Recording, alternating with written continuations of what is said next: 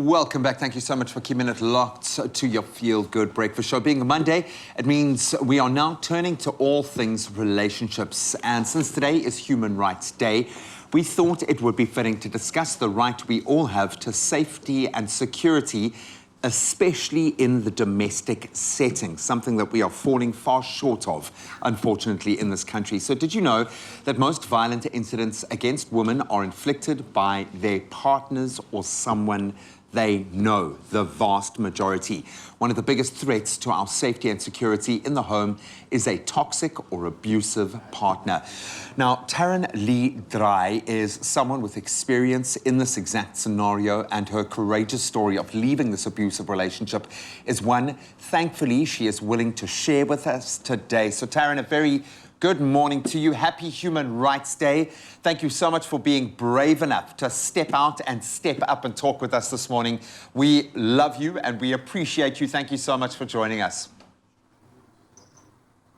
Good morning. Thank you for having me on the show. I'm so excited.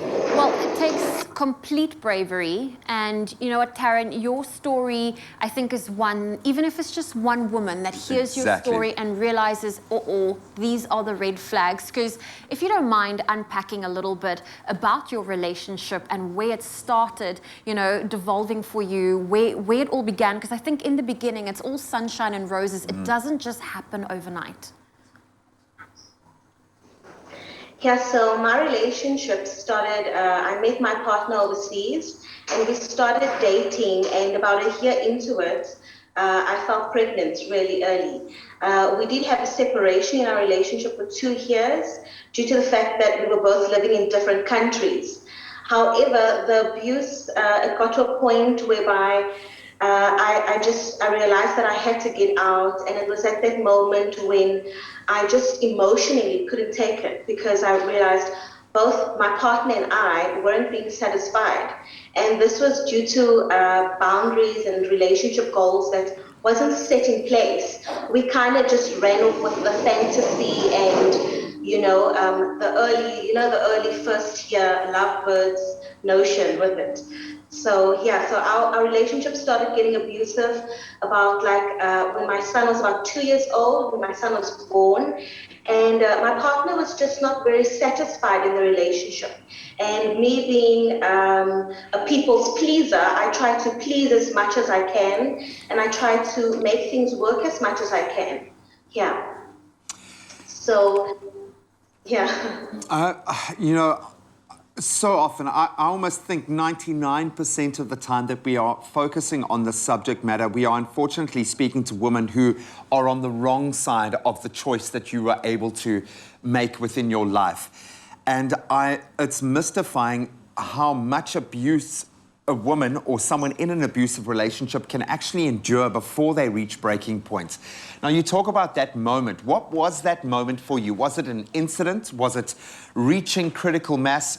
How did you get to the point that you actually took on board that you needed to get out of the situation? What was that light bulb moment? Okay, so that light bulb moment is that you go through so much, you take so much of cheating, so much of emotional abuse, so much of trauma and verbal abuse. It just got to the point where it was so toxic, where my partner was attacking my personal things, the things that I own, my property, and that was for me the final straw. When my property and everything else got destroyed, that was for me a turning point, because eventually they do turn to other things that frustrate you, and the quickest way to frustrate you is to attack the things that is very personal to you. So apart from it being just my emotional trauma and the abuse and whatever, when it got to my personal things, that is when was the breaking point for me. Okay. Tarryn, Yeah. I think there's a lot of women that, they're hearing your story and they're in this unfortunate position, and they sometimes don't know how to take that next step because there's perhaps a emotional, financial dependence on their partner. Yeah.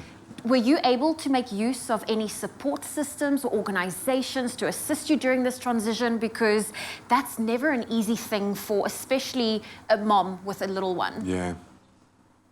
Yes. So for me, it was very difficult because all my family was in Cape Town. So I never really had people to go through this with me. But it was my very few close friends who knew about it. And it was the church that I belonged to. The church was one of the biggest reasons why I actually walked away. So that organization, that support system, that encouragement, that direction, and that leadership that I was under, that was helping me to transition and to just completely walk away. Because you walk away more than once, but Sure. this was a final. Yeah, I suppose it's about breaking that cycle, and it really does become a cycle. Thank you so much for spending the time with us this morning. We certainly commend you on sharing your journey with us and the rest of Mzansi. I'm hoping that this is going to reach, as Zoe pointed out, just one person who is at risk. But if you are feeling any red warning signs emerging through this conversation for yourself, please go and reach out to gbv.org.za, or you can phone their helpline 0800 428 428. We're going to be joined by Tarryn Lee Draai a little bit later in the show, as well as counselling psychologist Sanam Naran, who will be offering some guidance on the topic of toxic relationships. Don't go anywhere. It's my feel-good breakfast show. It is Human Rights Day, and today we are shedding the spotlight on a very important topic. And this is for our relationship topic, and that is leaving a toxic or even abusive relationship. Now, earlier, our guest, Tarryn Lee Draai, shared with us her harrowing experience with an abusive partner and her decision to leave. But making the decision is only the first step. Tarryn now stands by to tell us more about her road to healing. And we're also joined once again, my apologies, by counseling psychologist and founder of Conscious Psychology, Sanam Naran, who will be providing us some guidance from a psychologist's perspective. Yep, so thank you so much to both of you ladies for sticking around. Please, if you've got any comments or questions that you'd like to raise, please do so on our Facebook page. So now I'm going to start with you. Very good morning to you. Happy Human Rights Day. We've been on a bit of a journey as it stands already with Tarryn to get an understanding of what drove her to escape an abusive relationship. And it's a very complex thing.